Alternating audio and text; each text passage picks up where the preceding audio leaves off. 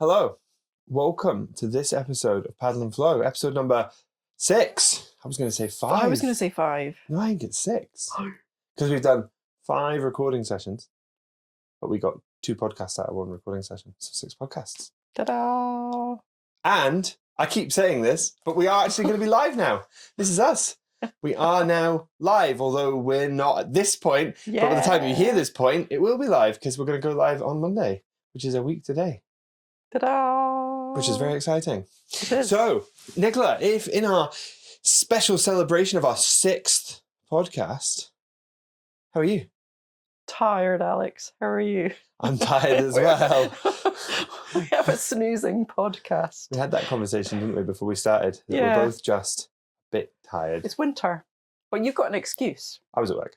I don't have an excuse. No, that's fair. So, Nicola, today we wanted to talk about wildlife and the wildlife that we've seen out on our kayaks. It's very exciting, isn't it, going out in a kayak? In. I go on. And I go in. Going out on the kayaks. Sorry. Yes, it is very exciting.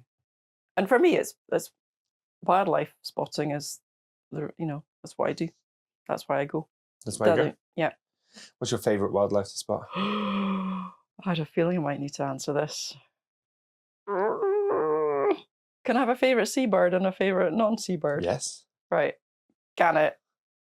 Favourite seabird? It's gannet. Gannet, I think. Why? But why? Oh, because actually they shouldn't be my favourite. They're so silent in flight. And the number of times I've been spooked by this shadow just appearing on the surface of the water, and it's a gannet. I think because they come to check you out. They will detour to fly over the top of you. But I do love all the other seabirds as well, equally. Favourite other non-seabird? Mm-hmm. Seals. Seals? The grey seal.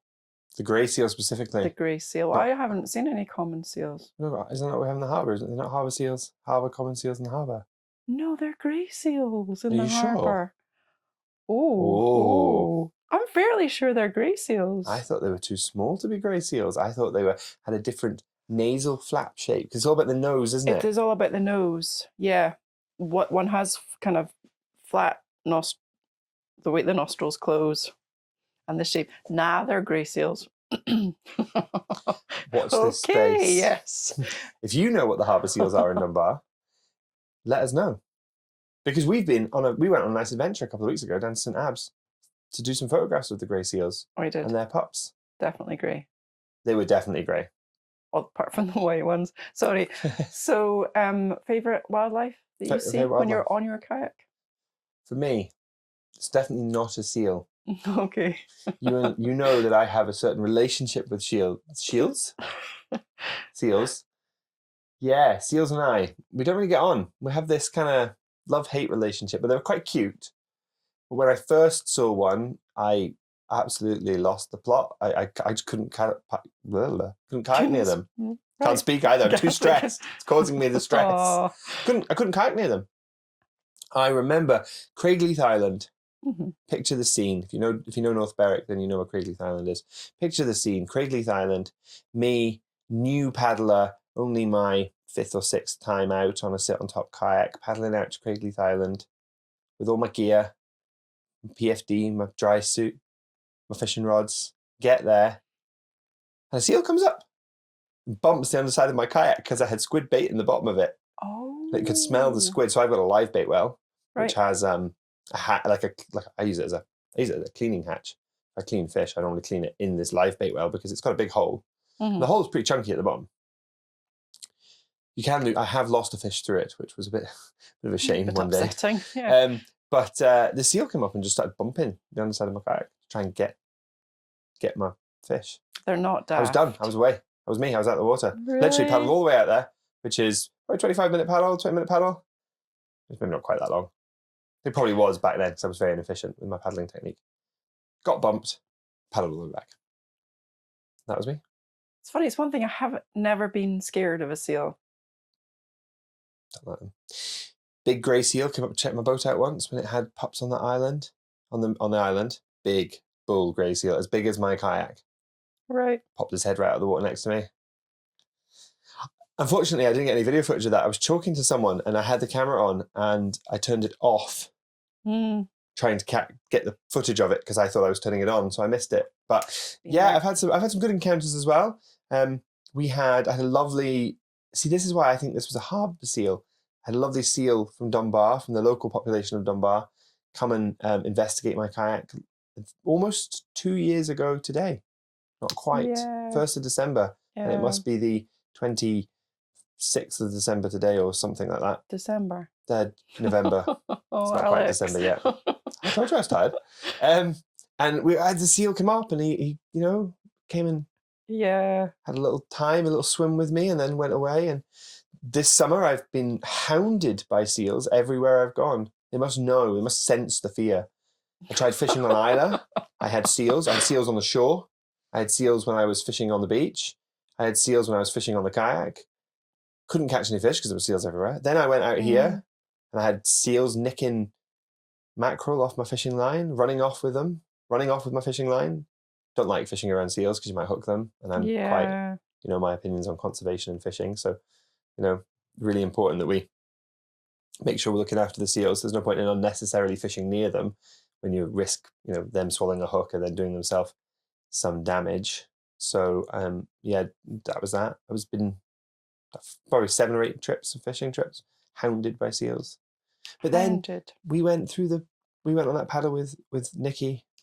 Yeah, they're little tiny ones. They're so cute. They came up to us. They did, and they're so inquisitive. I think they're curious. I don't think there's anything really malicious in a seal.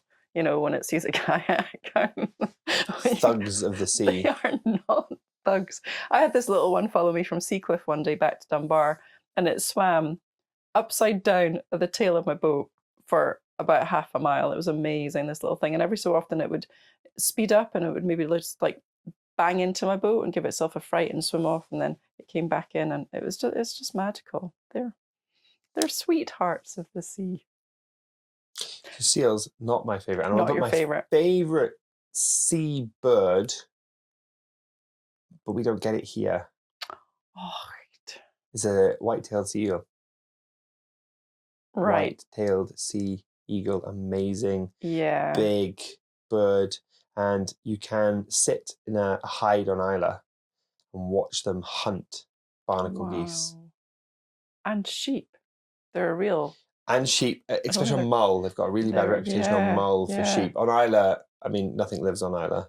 That's really unfair. There are sheep on Isla, but nothing lives on Isla because it's so windy.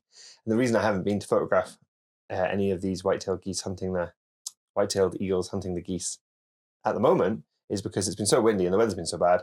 If I go over to Isla, I might get stuck and not be able to get back. So I haven't been to photograph those seals. But yeah, you can sit in a hide. Did I just say seals? I did, didn't I? Yeah, I've not been over to photograph the eagles.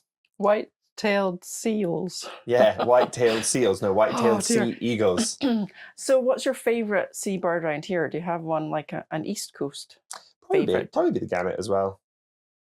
I was trying to not have the gannet as my favourite bird. See, I don't particularly like kittiwakes because they're kind of boring. Oh, but they're so pretty. But they're pretty. They're lovely birds. They're nice birds to look at. And they obviously have huge nests around here of kittiwakes. But they just squawk and... They don't squawk. They say kittiwake, kittiwake. They squawk and they're loud and they smell. All seabirds smell. Yeah. But yeah, they're just not, they're not like a prized bird. But then I've never seen them hunt. But what I like about gannets is you watch them hunt and they spear the water like... It's funny. There was one day I was out and it was really calm, like no wind, and I could just hear in the distance these kind of like thwack. It took me a while to work out. It's gannets hitting the water. Yeah. Wow. Like, what is that noise? Yeah. Sand eel. Yeah, with lots of sand eels. And obviously we've had a lot of bird flu recently in the last couple of years. Was it last year or was it the year before that the 2022 with the gannets, where they lost a huge portion of gannets. Yeah, so that's 30%. I don't remember figures. So before Frodo rudely interrupted our conversation about gannets there, you were just going to tell me about the gannet population. So, gannet population on the Bass Rock, 2022. Bird flu hit. There were 150,000 gannets. It's the largest colony in Europe, isn't it? Northern gannet. Declined by a quarter. Wow. between 2022 and 2023 due to avian flu. And I think, what that's done in terms of sort of thinking longer term, there was definitely a boost in sand eel stocks because there was a decline in thing. Now, presuming they don't get hoovered up by those horrendous hoovering trawlers, actually, in the long run, that's probably going to do the gannet some good. And sometimes, as much as it was a shame to see, and it, it's good that it was only 25%. I think it'd be more than that. We could be in a position where, you could wipe out an entire colony. But the fact that it was only 25% in the long run probably means there's going to be a bit more space and they'll boom again. I think they will recover. Yeah, there are patches of the best rock that are empty that were previously covered in nests. Still empty. It is, I can see your point. It is, long term better for them. Hopefully. Yeah. As long as the bird flu goes away. That's the big key, isn't it? Well, last year it hit the kitty weeks. It hit our 2023 kitty wake colony. Yeah. But they seem to be fine this year, as you say, chattering away. Squawking. Yeah. So, favourite non-seabird? Favourite non-seabird of the sea. Terrifying, large, type of dolphin, the orca. Would not want to meet one out of my kayak. But, why would that be? Oh, I don't know. Actually, do you know, as much as I say that, there's a bit of me that really would like to meet one out of my kayak. Be amazing. I love ocean wildlife is some of my favourite things. I have two favourite ocean wildlife creatures. One is the white shark. Yeah. Absolutely love white sharks. Yeah. I think sharks have a really bad reputation. They do. I think sharks are portrayed, thanks to probably Jaws initially, are portrayed as the evil killers of the sea, and you're more likely to be killed by a cow than you are by a shark. It's amazing. So you follow the same guy I do, the Malibu artist? Yes. And he has incredible drone footage. I was watching a film of his the other day of a white shark swimming, and there are swimmers. And it's not eating them all. It couldn't be any more un-Jaws-like. Yeah. If it tried. I think, sharks have a bad reputation because they investigate things with their mouths. Ultimately, I think that's a big part of the problem. And talking to someone about this the other day, and I don't know who it was I was talking to. This is not scientifically researched. And they were telling me that surfers in Australia, in fact, it was an Australian I was chatting to, and she was saying that Australians have started putting light strips on the underside of their boards. And there's been research done, but I don't think it's published yet, to show that having a light strip underside the board makes it look less like a seal, so they don't come and investigate it. They don't want to come and chew it. Because often that's, a lot of fatal shark attacks are mistaken identity. Yeah. So the thresher shark, the white shark, really like thresher sharks. There's a bit of thresher shark fishing locally, and not necessarily on this coast, more on the west coast. And there's a lot of, I have sort of varying degrees of opinions about shark fishing because I fish to get food. I don't buy fish from the supermarket. I only eat fish from the sea. So I only eat fish that I catch, or if I can directly source it to the fishermen and they have ethical fishing practices. And the idea of thresher shark fishing to see one would be really cool. But I'm not going to eat it. Yeah. So why put it through the stress? If it was a tagging program, that'd be different. I think the same with bluefin tuna. I'd quite like to go on a bluefin tuna tagging program because I think that would be really cool. It'd be amazing to see one. Yeah. But to just catch them, not really for me. But for tagging, for scientific purposes, I think that'd be cool. So yeah, thresher sharks, white sharks, but locally to here, and you could argue it's maybe not locally, although they do come and visit sometimes. Orca. I love orca. They popped up on our coast a couple of months ago, didn't they? Yes, when we were out on the water, I believe you told me. Yes, spotted, was it 26 miles northeast of Eyemouth? It's 26 miles northeast of Eyemouth, which is here. Yeah. Pretty much. Yeah, not far from where we were. Yeah, but it had, by the time, I think that was a couple of days before, and it had hightailed it off to kind of Aberdeen. It was next spotted in Aberdeen. Not in Aberdeen, off Aberdeen. Off Aberdeen. So that was was that John Coe? That was John Coe. So there's a pod, you were researching this before we started. Yes, the West Coast community, of which I always thought there were only 2 left, Jonco and Aquarius, but you'd said you thought there were more. I said I thought there were more. I thought there were sort of 6 or 8. You then read an article just now, just before we went on air, that said there were 6 or 8, but in the last year or year and a half? It just says recently. Recently. They've only been seeing 2, those 2, Jonco and Aquarius. So 2 males. And is that the 57s as well, or is the 57s a different pod? No, 57s are a different pod. Different pod. So it's not the only orca in Scotland. No. But there are 2 distinct pods in Scotland, aren't there? The 57s and the West Coast community. Yeah, so the 57s are Shetland based. Yeah. And you were saying that you'd seen, or you'd heard reports of, maybe a better way of wording it, orca teaching their young to hunt seals. Yeah, off Shetland, the 57 population. Amazing footage. I mean, it's pretty brutal to watch, but yeah, teaching their little ones how to catch eiders, I think. Eiders? Oh, wow. Yeah. I mean, I suppose it is life. It is life. It's nature, isn't it? But, life, Jim, but not as we know it. Yes. I was watching a documentary on... Is he going to finish barking?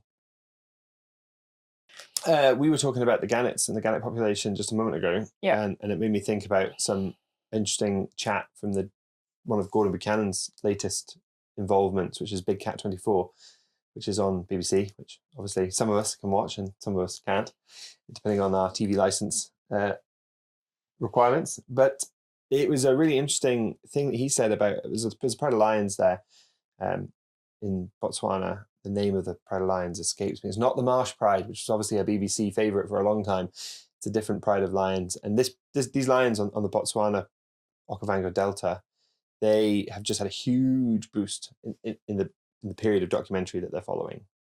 In the period of time they're following, a huge boost of cubs. Record numbers. The pride is now the largest pride in the world.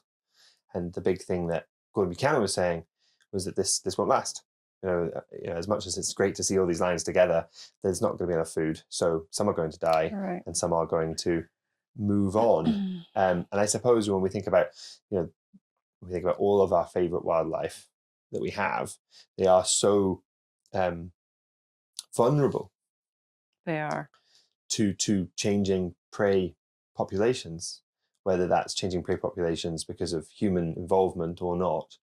It still is the nature of things. And I suppose when you think about those orca, yeah, it's a bit brutal, but that, they're learning vital skills for the future, just as you and I. Well, I've been potty training for the last 4 weeks. Vital skill.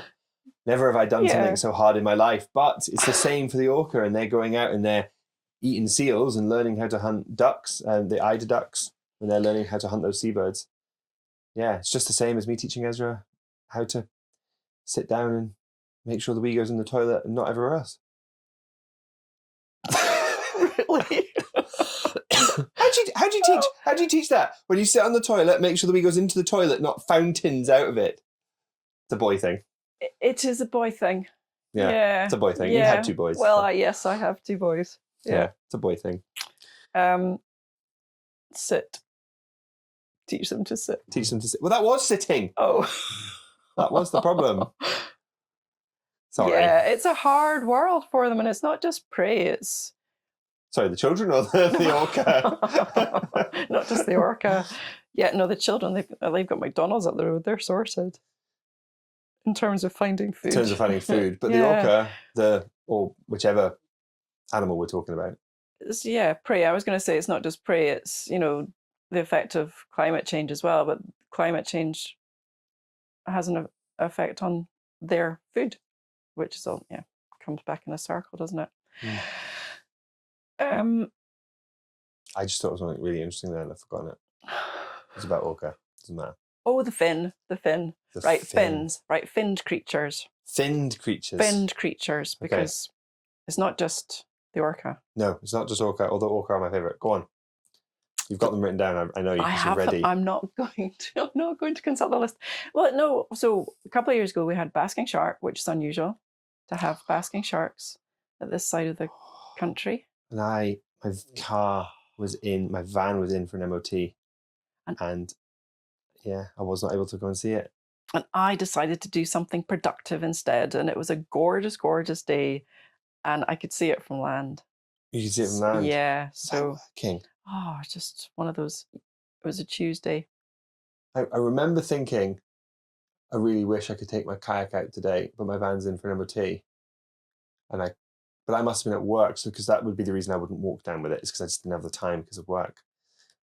I was going through my drone footage the other day, and I found a drone shot that may have the basking shark in it. Ooh. But I wasn't intentionally filming the basking shark. I was filming a boat on the sunset.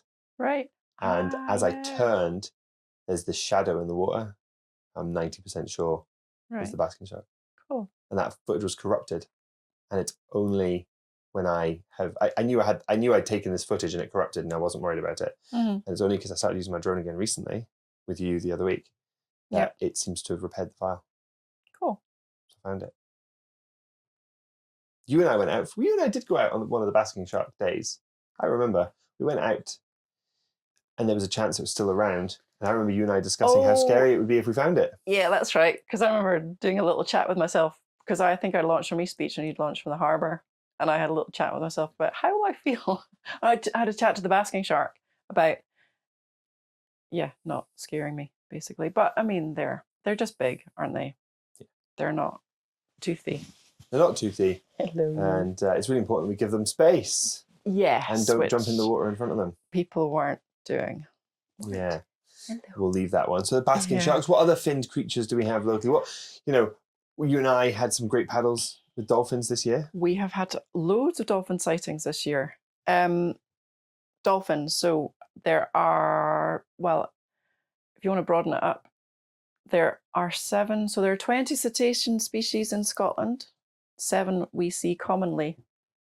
Okay. So 20 species, 7 that we see. And they are... You can hold just a moment while you sort out the dog if you want. You okay? He's come to join you. Do you want me to move along? So obviously the basking shark was really exciting, and you and I didn't get to see it. But this year, we've had some great dolphin experiences.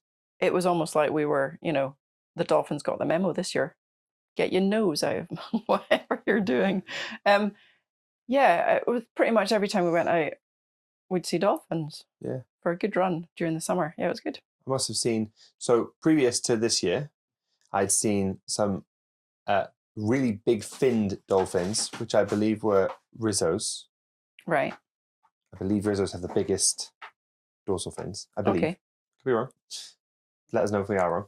I'd seen those with Nikki on the boat twice. And that was the only time I'd ever seen dolphins before, was if I was out on the boat with Nikki. My Zoom Zoom boat, not my paddle boat. Yeah. And then you and I went out and I've seen six different sets of dolphins, maybe 7 different sets of dolphins this year, all with you. It's been amazing. And for me, I'd hardly ever seen dolphins. It was like they knew I was coming and they'd head over towards Fife. And then this year, it's been great. The best experience, I think, was I was really stressed. I had a really bad day at work. Yeah. In fact, no, I don't think I'd even been at work. I think it was when I was off work. I'd been really stressed. I'd come flying down to the harbour. It was flat calm. You'd waited for me, which was very kind of you. And out we went, and they were just there. Yeah. And if you'd gone, it was really funny, isn't it? Because if you'd just gone, you probably wouldn't have seen them. I wouldn't have seen them. That's right. But you waited for me, which was lovely. And the sailboats were coming through, and they were really slowly. There was sailing race as part of the yacht club. There was no wind. There was no wind. That was it. And they were racing their yachts. Yeah. And they come down, and then they all start pointing. And there's a dolphin. Yeah. And then there's 2 dolphins. And then there's 20 dolphins. They came really close in towards the harbour mouth as well, which I'd never seen before. You and I paddled out, we came back, and then there they were again. Yeah, it was great. And there was a little baby. There was, that's right. And I dropped my phone. Yes. Into the water, which is a bit stupid. No Didn't comment. survive. Didn't survive after that. Strangely. It lasted for another 2 or 3 days, but it definitely got wet. It was not happy. Yeah, because so you have a puddle of water in your kayak. Because I'm going to sit on top. Yeah. In fact, if I'd been in a sitting kayak, I'd fallen out overboard and I'd lost it. So, pros and cons. Moral of the story is don't take it out of the waterproof case. But then you get fuzzy pictures. Yeah, I live with fuzzy pictures. Yeah. Yeah, I know it's a tough one. But Porpoises also. Porpoises. Porpoise. Yeah. Is it porpoises or porpoise? Oh, I don't know. Right. Okay, those little ones. Yeah, the They little were my ones. first finned creature that I saw from the kayak. So they're pretty special, and you don't see very many of them. Oh, that's interesting. And they're generally they're either by themselves or just a couple together. You don't see them in a great big pod like with the dolphins. The one thing I love about seeing the dolphins here is if you see some, they're straggled. So if you hang around, the next lot come through and then the next lot. But porpoises tend to be solitary. Much, much smaller That's fin. interesting. I think one of the first finned creatures I saw around here was probably from land. It was a porpoise. Right. Fins But are tiny. I don't really know. Like I just saw them and I went, dolphins. And someone later went, actually, I think that was a porpoise. Or porpoises. Was this with the naked St. eye? Abs. Right. We were fishing, not very far from St. Abs, or it might be Nymouth actually. Or we were at the end of a point and we were straight into 25 meters of water. So they were 10 meters away. Right, okay. Deep water. It goes really deep really quickly. Right. And they were just traveling up the coast. Cool. So how many species of dolphins do we have? Or how many species of cetaceans? Cetaceans. In Scottish waters, there are apparently 20, but 7 are commonly seen. And those 7 are? So we have 2 species of whale, the minke and the humpback. And then 5 dolphin. So 5 dolphin are bottlenose. Bottlenose. Is it common white-beaked? No, common. Common. Yeah. Rizzos. Oh, you're trying to do them alphabetically. Oh, I am trying to do bottlenose. It is common. Bottlenose common, Risso's white-beaked. That's only 4. Or the whales, I'm wrong with Orca. the whales. It's minke and orca. You don't say humpback. 1, 2, You definitely 3, said 4. humpback. I did say humpback. Oh, so the 7 are porpoises, minke, orca, bottlenose common, Risso's, and white-beaked. So we'll have to do that all over again. So you do it. You do the you go there. So yeah, so there are 20 species of cetacean commonly seen in Scottish waters. No, in Scottish waters, 7 are commonly seen. So you've got your porpoises, your orca and minke whale. We do get humpbacks as well. We do get some humpbacks, yeah. Yep, definitely. And then dolphins are bottlenose, common, white-beaked, and Risso's.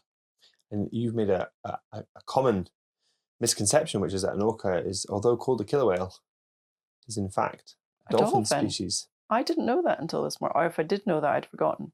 Yeah, so orca are my favorite. They are my favorite animal, and I know I have probably watched every documentary that exists up to probably about 2017. Right. With any recent ones, I've not seen them, but I've probably seen every documentary that existed about orca to about 2017 because that's how much I like orca. I'm fascinated by them. So they are a species of dolphin, and they are called killer whales because they killed whales. That's why they used to call them killer whales, rather than because they're a whale that kills. They are a dolphin that kills whales. They call them killer whales. Right.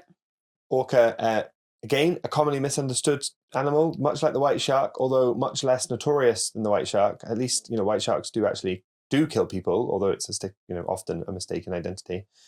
Tiger sharks, on the other hand, bull sharks, they do kill people, and they are, Yeah, they don't get such a bad rap, though, do they? As the white shark. That's the white shark, just because they've not got jaws. But I was going to say about the orca is I believe there is known, or if there's one known interaction of a wild orca injuring or killing a human.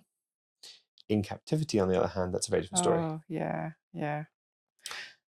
So where was there? I was just going to say I hadn't heard of any attack or interaction in the wild. I said one because I am 90% sure I read about one. Right. But it may have been like the orca at the Strait of Gibraltar, where someone had become injured because an orca had decided to take a disliking to their vessel rather than to the person themselves. So it maybe wasn't a direct attack on a person. It may have been an interaction that resulted in an injury rather than, or death. I'm not sure. I can't actually remember, but I'm sure there was one last time I looked. Obviously, orca in the Strait of Gibraltar, attacking boats, sinking boats. Research, unsure why. Don't know if you've read anything. I've got a theory. What's your theory? Culture. Lack of culture. No, not lack of culture. They're Neds. Lack of culture. So orca have cultural feeding habits that are passed on and bred by the people, the matriarchs in charge, so obviously women that are in charge of an orca pod. And if you look at orca, so across Scotland, if we think about Scottish orca, they're hunting seals and seabirds. That's what their common prey is. Mm-hmm. If you think about the orca up in the Arctic, there's plenty of really good video footage, especially Blue Planet 2, of the orca knocking seals off icebergs. Mm-hmm. And that's on, if you don't have the BBC license, you can watch that on Netflix. Yes. With Barack Obama. Really? Narrating it. It's called Our Planet. Yeah. So there's an R Oceans, mm-hmm. which is the BBC, which is a lot of BBC film footage. It's not all, there's other things kind of there as well. Yeah. And it's narrated by Barack Obama. I was watching it yesterday. In fact, I fell asleep at 8 o'clock on the couch watching it, and then slept for 12 hours. It's lovely. Fantastic. But they obviously use a bow wave to knock these seals off. There's other whales that have been witnessed to hunt in really shallow water and then beach themselves. Obviously, these killer whales develop their own hunting techniques, and that often is what separates them in their distinct pods. And you were saying earlier that the West Coast pod, I'm hoping you've written this down because I can't remember exactly what you said, are distinctly noticeable because they have an eye patch that's sloped in a different way, or their fins, was it the eye patch was sloped? Yeah. Why did you bring that up? I can't because I brought it up because killer whales, the populations of orca are separated into different pod categories. So they hunt differently in their pods, and they I believe they are distinct. I don't know if I believe they have distinct genetic differences across 8 different pods. So some are slightly smaller, some are slightly bigger, some have slightly bigger dorsal fins, some have different color markings, and I can't remember how they split. I believe the small ones are in somewhere around the Mexico kind of area. I'm thinking I've seen it on a map. I've seen a map with all the different distinct things on them. But coming back to the Strait of Gibraltar, which is where I was going, which is that it's become a culture to hunt in that way. Yeah. So they've developed a habit. It's the same as port and starboard. Have you heard of port and starboard? No. Port and starboard are 2 orca in South Africa, right, that hunt white sharks. Oh yes, no, I didn't know that was their names, but I have seen. And they've got, both of them have sloping fins. They have 2 males. They have sloping fins. One slopes to the left, one slopes to the right. So they call them port and starboard. And they turned up in sort of the Hands-by area of, which is a big white shark area. If you watch any Discovery Channel documentary, they talk about Hands-by and Shark Alley all of the time. Yeah. And they've gone because these 2 orca turned up and started killing white sharks for their liver. Wow. Yeah. I had read something, sorry, going back to the Gibraltar orca, they reckoned it was play, attacking the keels and the rudders of sailing boats was play. Could be. They don't know. Yeah, exactly. They don't know. I don't know. But culture. Yeah. But it's become a culture. It's not necessarily about hunting, but it's become a culture. It's become something that they want to do. Yeah. Which would imply that they are a lot more intelligent than we necessarily give them credit for. Yes. Well, it wouldn't be difficult, would it? Humans aren't really very good at giving credit to other species for being quite egotistical as humans, aren't they? They're an animal, therefore they're not. Yeah. They're not as intelligent as we are, but actually. Look at what, Don't get me started. Anyway, right. So footage of, so we have this fear of sharks, and I've seen quite a few, generally shark fishing people with a shark, not shark fishing, people fishing from a kayak Mm. with a shark coming towards them with its mouth open. Whereas I've seen no footage of killer whales, but lots of footage of people in kayaks with orcas coming right next to the boat. You know, there's a guy in New Zealand he studies the orcas and dolphins over there. It's a huge killer whale and just, you know, glides under the boat.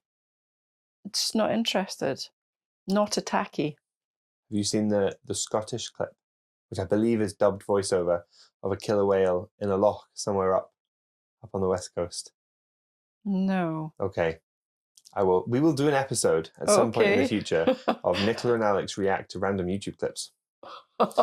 Because there are some good ones. You talk about the tiger shark. Remember the tiger shark video hitting the kayak fisherman? He's got a yellow kayak, and That's right. tiger Yeah. shark comes Yeah. flying out of the water, slams into the side of his boat. And there's another one where there's the two guys, and one of the guys who got the shark coming towards him says, "What do I do?" And another guy says, "Film it." Yeah. Right. Okay. Yeah. And so there are, there's lots of YouTube clips that you and I could react to, but this one is of a killer whale in a loch in Scotland, and I believe it is the one that went viral. I believe was dubbed. I don't believe it was the original. I could be wrong. Maybe it was. I'm suspicious of the internet. And he's paddling along, Lies. and this orca comes up, bites the end of his paddleboard, has a little chew on the end of his paddleboard. Really? Just investigating it. Just comes up, mouths it a bit, and then swims off. Okay. And there's obviously Ocean Cal and her. Yeah. We talked about Ocean Cal in a previous episode. Oh, She had a big orca encounter, didn't she? she did. I could watch the video of that she filmed afterwards over and over. Just the raw humanity of, she was really, well, as she described, 6 foot fin coming out of the water. Yeah. Terrifying. I can't. But I don't think I would be scared of an orca. Whereas if we had great whites out there, white sharks, I don't know how I would feel about that. Although I have read somewhere, and everyone that I mentioned this to says you're mad, but that there are the white sharks have been spotted off. They have been spotted off Scotland, off Wick. How do you know we don't have white sharks? That was going to be my question.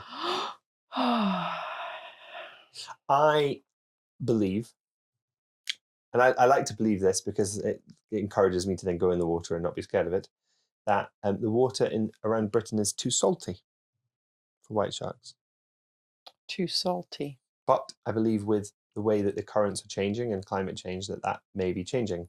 Why wouldn't we have white sharks? We've got, they say the water might be too salty, but we've got white sharks in the same place as, we've got port beagles, brother of the white shark. We have. We've got same water temperatures as places in sort of northern America that have white sharks. We've got a seal population that is absolutely capable of sustaining a white shark population. Maybe not a big one, but we've got enough. There are enough seals. So why aren't they here? Or are they here and we've not seen them? I don't believe that. I think if there were white sharks here, we would know. Yeah, I don't think. Certainly, they haven't come down this far. I think they've been. Well, they come across. Their nursery ground is the Mediterranean, which is terrifying when you think about it. It is hugely terrifying. Yeah, but yeah, there are very few attacks recorded there. So they come across the Atlantic, and you can track them. There's an app you can track them. They've, the ones that have been tagged, and obviously they've hit Scotland by mistake. They've come across and they've gone, Yeah. oh no, Instead of too much haggis. I need to go south. It's too cold up here. I'm not convinced that the water's the right temperature. Saltiness, let's just hope it stays too salty. So the last time I watched a documentary on it, and to be fair, it was a YouTube documentary, but the guy was pretty knowledgeable and had done quite a lot of research. He was talking about salinity and about how the real challenge was going to be the salinity of the water. But there is an argument that it is also slightly too cold, but it's definitely warming. Last year, with our crazy warm temperatures we had last year, warm. There's no reason why they couldn't have come in last year. So interesting. I've got one other point to make, and I don't know where this video footage is. So unfortunately, you're not going to see it. As I said, we're going to have a react video, but you're not going to see this one. which is a friend of mine was free diving, dived onto a ledge, sat on the ledge waiting to shoot a pollock. I can't remember if he shot one or didn't. Came back up. Looking at the footage later, it was a thresher shark just cruising along on the bottom underneath the ledge. Cool. Didn't see it when he was diving, but only I wonder if it was maybe too dark for him to see it when he was diving, but could see it on the video footage afterwards. Wow. If that person still has the footage, I'll try and get it off them. But I've never seen it. I've just heard reports of it. A few people have seen it, right? And the guy himself that shot it told me about it, and a lot of people talk about it, but I've never seen the footage myself. Wow. Yeah, pretty cool. Yeah, very cool. Well, it's like that's the whole thing about deep water. We don't know what's down there. And as we've discussed, you and I both have a fear of deep water now. You told me the real name. Oh. Can you remember it? Submechanophobia. The fear of what lies beneath the waves. So submarines, buoys, objects floating in deep water and underwater. Yeah. And that's brilliant. I'm very pleased to know that. But there is a real name for your phobia. Yeah. I think we've covered our favourite type of wildlife. We've talked about some seals. Whales. Whales. I've not seen a whale. I've never seen a whale in... You have? Twice. Oh, brilliant. Yeah, sorry. On the kayak? Over enthusiastic, yeah. Yeah, minke. Twice. Brilliant. Yeah, once was... Close. Oh, you came up closer than I thought you were going to do. Yeah, yeah. So there were loads of gannets feeding in the distance. And I've got these daft videos where I'm going, sure there's something out there. Sure there's something out there. And eventually seals started coming towards me, and then dolphins were coming either side. And then there was a bigger blow. And yeah, minke, recognised a minke fin. Do you have that video footage? I do have that video footage. You will need to add it to our OneDrive. I have to find it. Yeah. Because we've had lots of chats, you and I, about technology and sharing our videos, but that one might have to come, maybe not into this video, but we'll maybe have to share that at some point in the future, because I want to see that as much as I'm sure anyone that listens, the 8 people that listen to this podcast. Because I've decided the 8 people will probably be you, me, Russell, Caitlin. Nikki might listen to it, but she's not a guarantee. Your mum. I'll have to have a chat with her. My mum. And that's I've got probably my sister. Maybe a couple of friends, like devoted paddle following friends. Yes. So we might be able to get that to 10 or 12. Maybe 10, yeah. So the 12 people that watch this may be interested in that footage. They might be. It is a little bit fuzzy. It's on the iPhone, and I think I zoomed into 3 times zoom to get the fin. But it did. I think what happened was this whale was feeding, and then it surfaced kind of.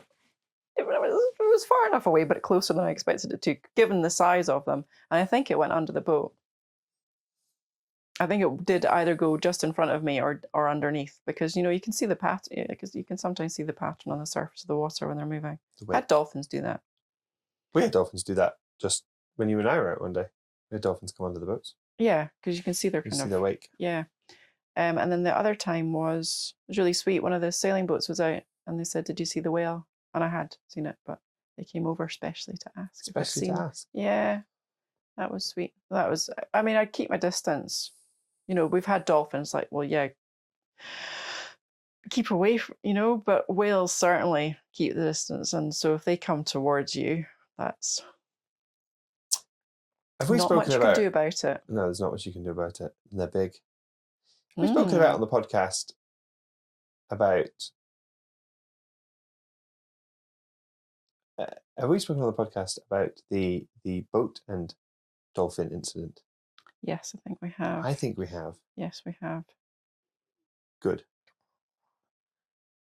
If you want to know what we're talking about, it'll be in a previous episode. Yes. Listen. Not sure which one. If I work out which one it is, I'll put a wee tag in. But yeah, we did have a boat experience that was a bit negative towards said dolphins. Surprising. Yeah. Yeah. Surprising. Yeah. It's important we give them space and we don't chase them around. Nope. I think whales, dolphins, seals, birds, razorbills, watching a guy fishing, a guy called Slippy Limpets, and a razorbill went through his line diving into the water. And there's a reason they're called razorbills.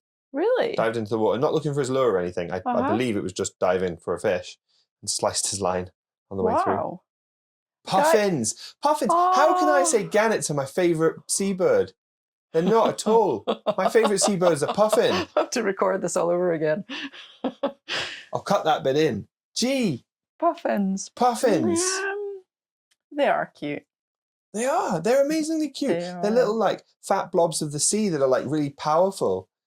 They're like when you look at someone and you think, nah, they're not going to be able to achieve that, whatever it is they're doing. It could be someone that's too skinny or too fat, depending on what whatever it is they're going to achieve.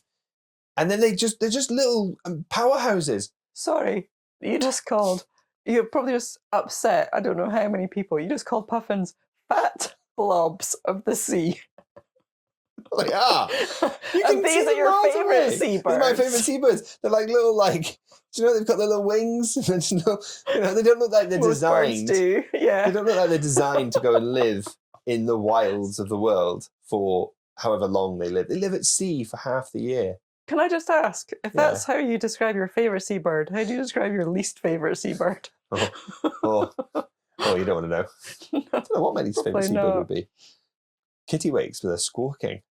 But no, you didn't even insult them. Like, you didn't call them the fat white blobs of the sea. Puffins, they're like little. They're amazing with their wings. With their wings, they're little like. They just don't look like they're designed to do what they do. My friend Johnny, who might listen to this podcast, we could add him to the list, right? 13. Johnny, he has just finished third in the Scottish strongman competition, strongest man in Scotland.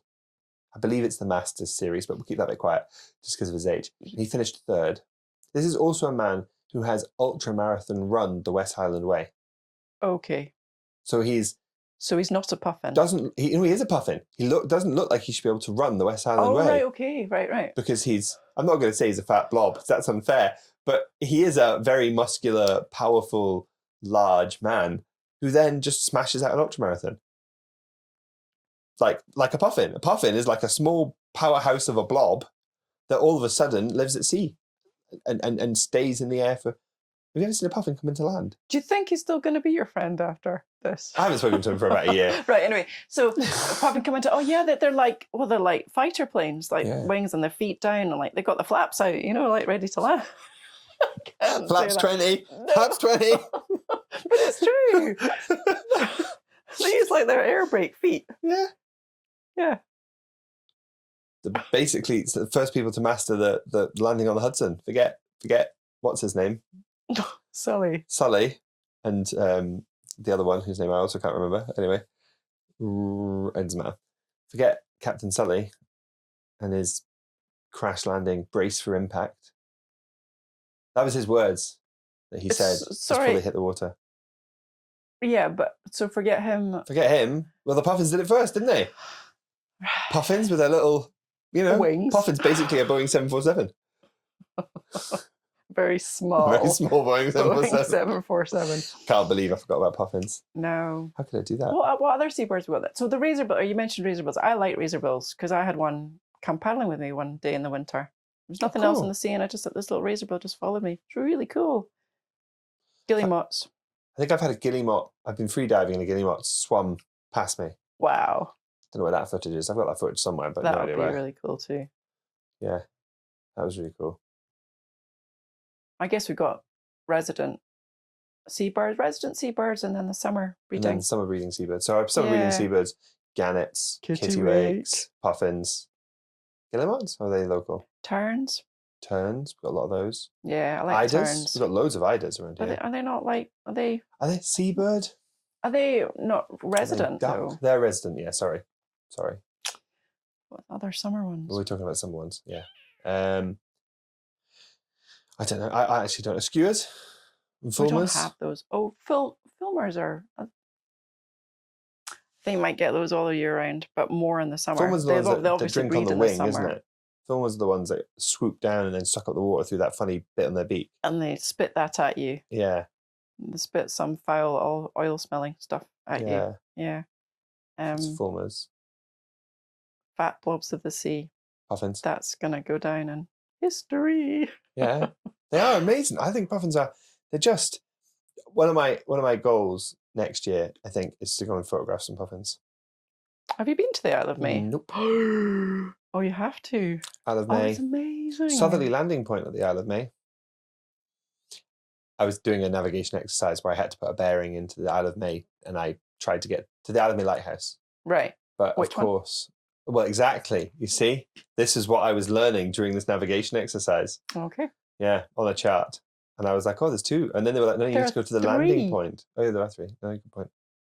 Are there I think there's only two that work. 3? 2. Yeah, low. I'm going to check Isle of this May out. low. And then the Hopefully. big Stevenson one on the top. Yeah. Hoping Adrian's not listening to this because I will be in trouble for not knowing the answer. Okay. Anyway, so continue. Southerly landing point. Is But there there's one? a southerly landing point where it's where you would land your boat. Where is that? Because it's all cliffy. There's apparently, I don't know, I've not been. I was being told off by my fellow chart navigation expert, who is a chart navigation expert, who is absolutely someone who can teach me a lot. So I listened. But he said that the landing point's on the southerly side. Because that's how you get on and off the Isle of May. When you go to the Isle of May for photography visits, it's on the southerly side. Is it? No. Where is it? It's on the north. And it's on the Fife side. It's on the Fife side. Yeah. I've been led astray.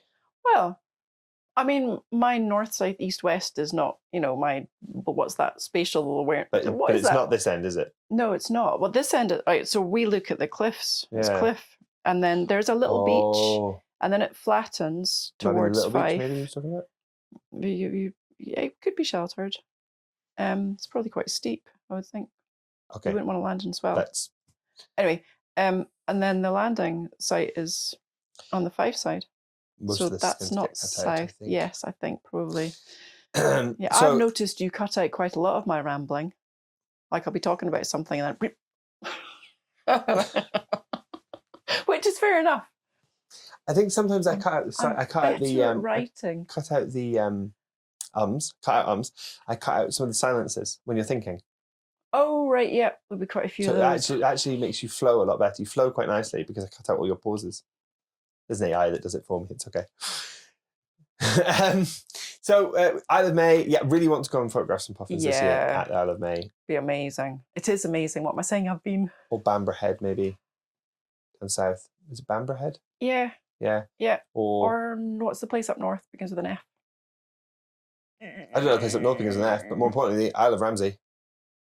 Oh, yeah, Isle of May on the doorstep. Isle of May on the doorstep. You could paddle there. I could paddle there in my sit on top fortress, which would take me 4 days. I could paddle there, and actually, I may paddle there. We maybe could do that. We can maybe paddle to the Isle of May and take some pictures I of some do puffins. want to do that. Well, let's do that. I'll make that a goal. Right. We'll take Russell with us. Yes. And Russell, you're coming. Anyone else that wants to come? Anyone else wants to come with us too? Nikki probably would come if we can get childcare. She's probably quite tired though. She'll whinge. Well, we'd have to train for it because it's quite a long way. We'd have to come back unless we hire someone to bring us back. Which we could do. I know plenty of people with boats who could bring us back. But that would be a cool thing to do. And we're thinking about going to Pembroke this year. I'm going to do some more kayak fishing in Pembroke with Joe from Catch and Cook Kayak Fishing, who's a brilliant kayak guide. So I'm going to go down and do some kayak fishing with him this year. And I may be, because I'll be in that area of Pembrokeshire anyway, I may go over to the Isle of Ramsey. But puffins, that's my goal. That's my photography goal next year. My photography goal this year was jumping trout, which I totally messed up, mainly because I fell down the stairs and hurt my back, and grey seal pups. Yeah. And I've achieved the grey seal pups. Amazing. All I need now is some bulls fighting. But I'm happy with the grey seal pups. So yeah, next year it's going to be puffins. Easy. Blobs of the sea. Yeah. Fat blobs of the sea. Fat blobs of the sea. That's a good goal. I like that name, Catch and Cook. Catch and Cook kayak fishing. That's brilliant. Brilliant. Joe is a brilliant guy. Maybe we'll do a whole episode on. We need to do a whole episode on phrases that you hate. We probably need to do a whole episode on kayak fishing, because obviously that's what I do. That's what I know about, and I do bring in elements of it. But Joe from Catch and Cook Kayak Fishing is a fantastic guide. He took me out shark fishing in a unnamed area of Wales. I'll not tell you where, just in case this more than 13 people do listen. Yeah. But he was great. We didn't catch any sharks. We didn't catch I didn't catch anything. I mean, I did. I caught a lot of pollock. It was supposed to be bass fishing. They all caught bass. I didn't. I just caught pollock. I just have an inability to catch bass. It's my nemesis fish. Mm, But we had a great time. That was really good. good. Really enjoyed it. And a few days later, he'd given me a lot of advice on areas to paddle while I was there. So I went out by myself and Mhm. did some paddling by myself. It was great. It was. It's a dangerous place to paddle. in Yeah. that area. Yeah. But it was great to have his knowledge to help guide me. Cool. So Just brilliant guy. Sorry, just when you said there, phrases that I hate, and then you went straight into kayak fishing, I was thinking, what? That's not one of them. No, I mean like Yeah, let's do an separate episode yes. on phrases that Yeah. you hate. And kayak fishing. And kayak fishing. 2 separate Comma. episodes. Yeah. Comma, yes. Yes. That's the problem when we're speaking, especially me speaking. Speak quite fast. Anything else you want to add about wildlife? Don't think so. Okay. Well, on that note, thank you very much for watching this episode or listening Yes. to on Thank you. Spotify this episode of Paddle and flow. We'll see you next time. Thank you. Yeah, thanks very much for watching, listening. Watching. Leave a comment. Bye. Be nice. Take care.